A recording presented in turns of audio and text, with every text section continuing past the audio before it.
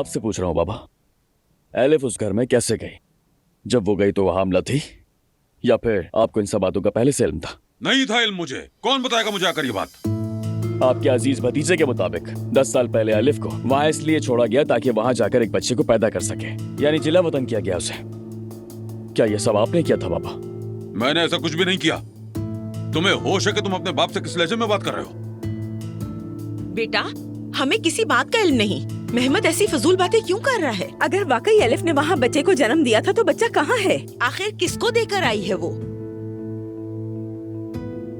पैदाइश के 1-2 दिन बाद कोई एलिफ और बच्चे को आकर ले गया था, बस यही बात मालूम है।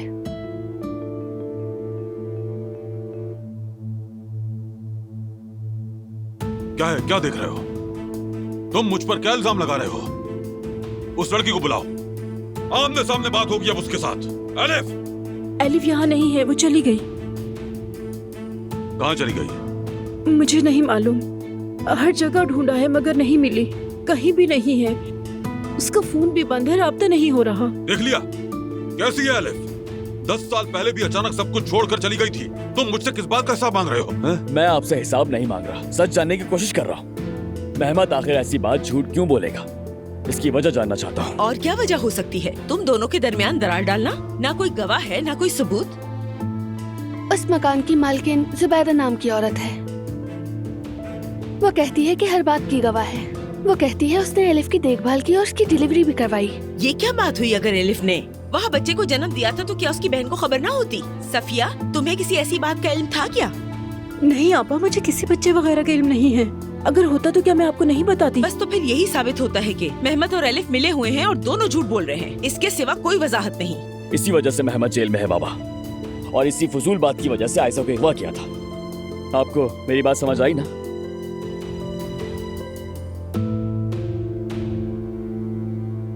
मेहमद तुम्हारा कजन है, उसका जेल में होना हमारे खानदान की बदनामी है। मुझे फर्क नहीं पड़ता, उसने जुर्म किया है और सजा मिलनी चाहिए उसे।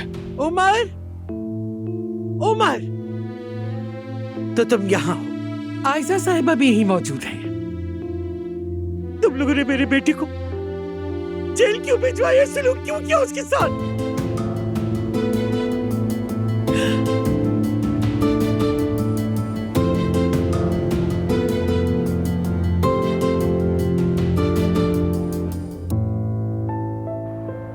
ओजान, क्या ये घर वाकई हमारा है? हाँ बिल्कुल, देखते हैं पसंद आता है या नहीं। पहले तुम अंदर चलो।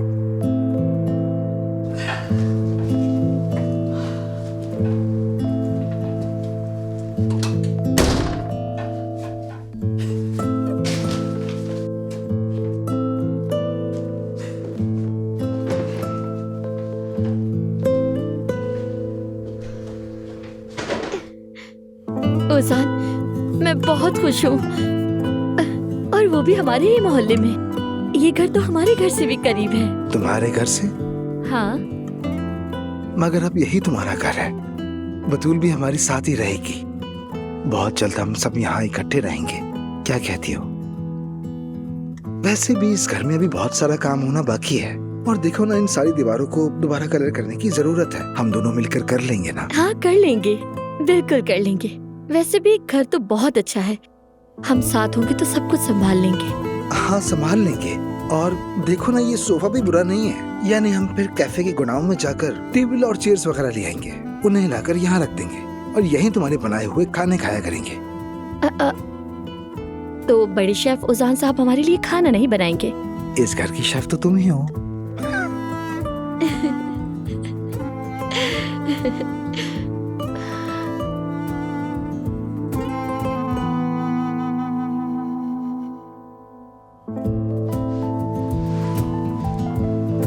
ओजान,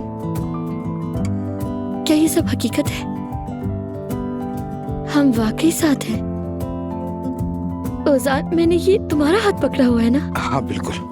हम उस घर में खड़े हैं जहाँ हमें आगे जाकर साथ रहना है। ओजान, ओजान, कहीं ये ख्वाब तो नहीं है ना? तुम्हारे साथ गुजारा हुआ हर दिन दुनिया का सबसे खूबसूरत ख्वाब है, और अब हम कभी नहीं जागेंगे। अपने घर में खुशामदीद प्रिंसेस।